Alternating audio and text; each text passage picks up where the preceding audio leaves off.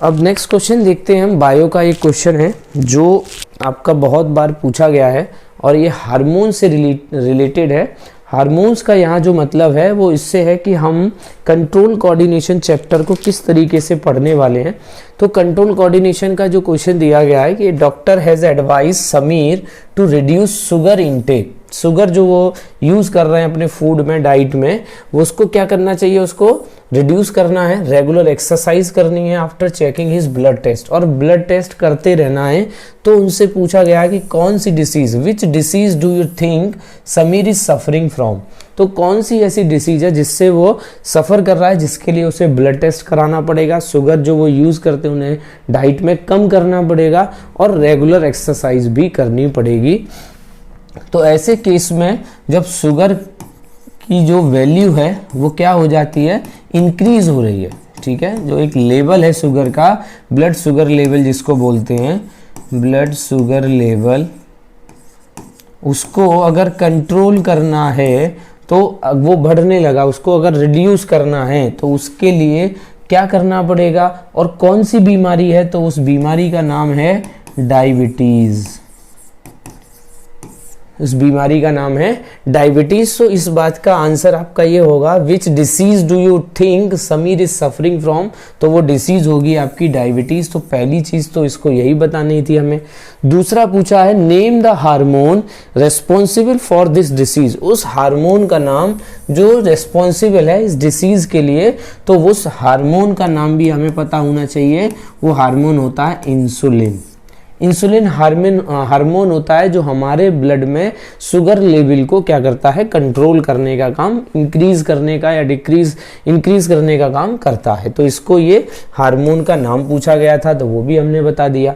तीसरा पूछा है and the organ producing the hormone, वो ग्लैंड का नाम या वो ऑर्गन का नाम जहां से ये हार्मोन रिलीज होता है, तो वो आपका जो नाम होगा वो नाम है क्या, पेनक्रियाज।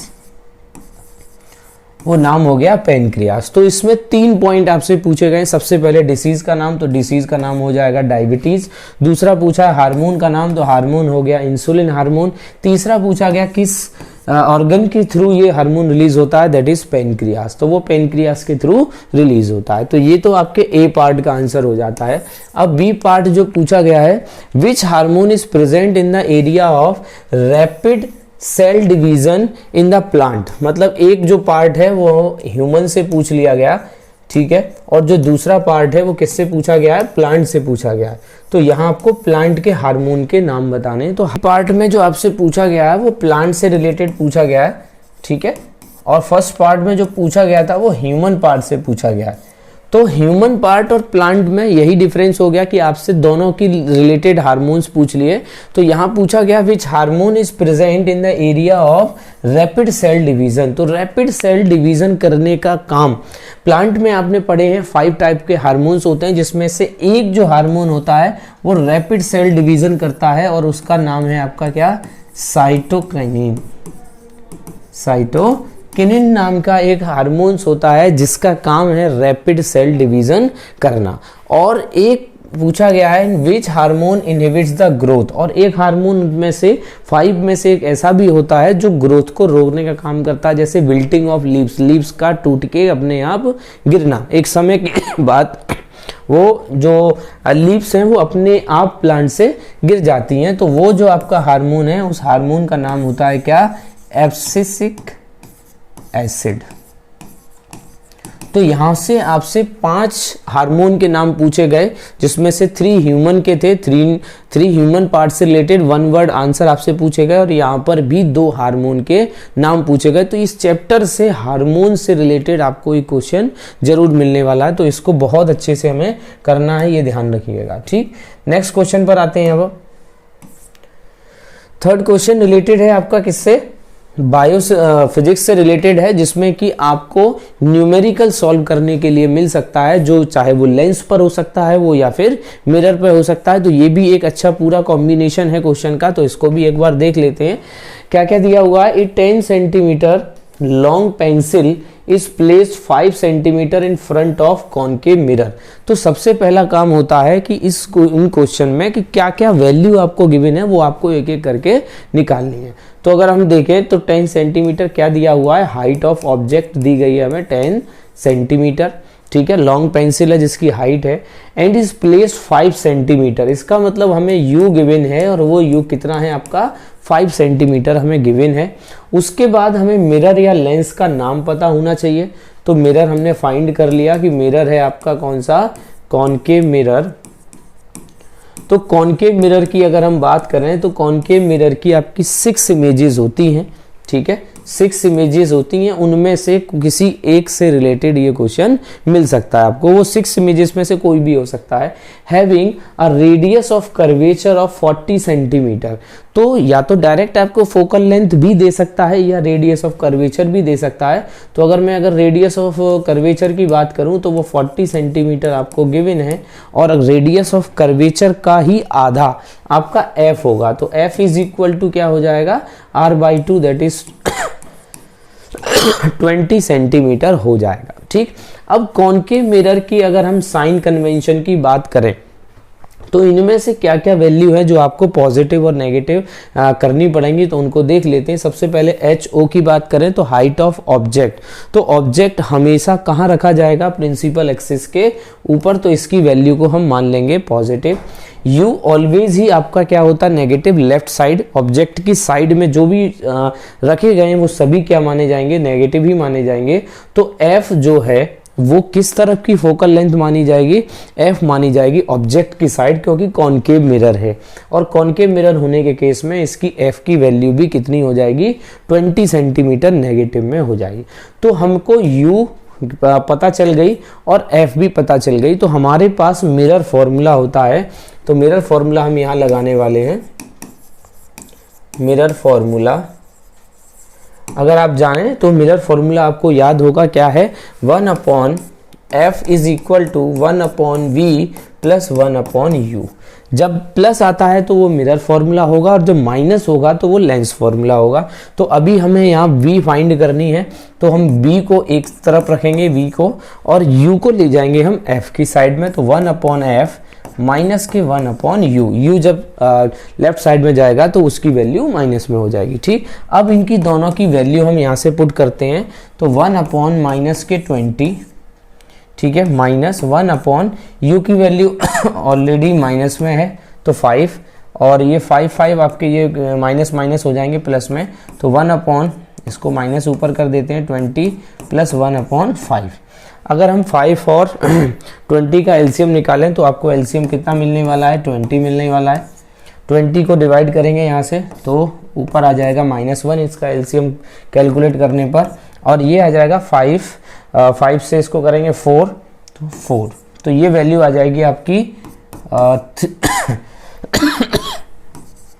3/20, that is v। अगर हम यहाँ से निकाल लें तो 1/v आपका आ चुका है 3/20, ठीक है, और v की वैल्यू कितनी हो जाएगी 4 में से ठीक है 20/3।